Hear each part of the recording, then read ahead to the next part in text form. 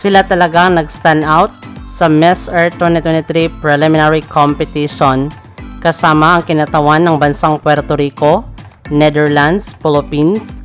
Dili nagpapahuli ang mga representative ng bansang Albania, Brazil, kasama din ang kinatawan ng bansang Colombia, Thailand.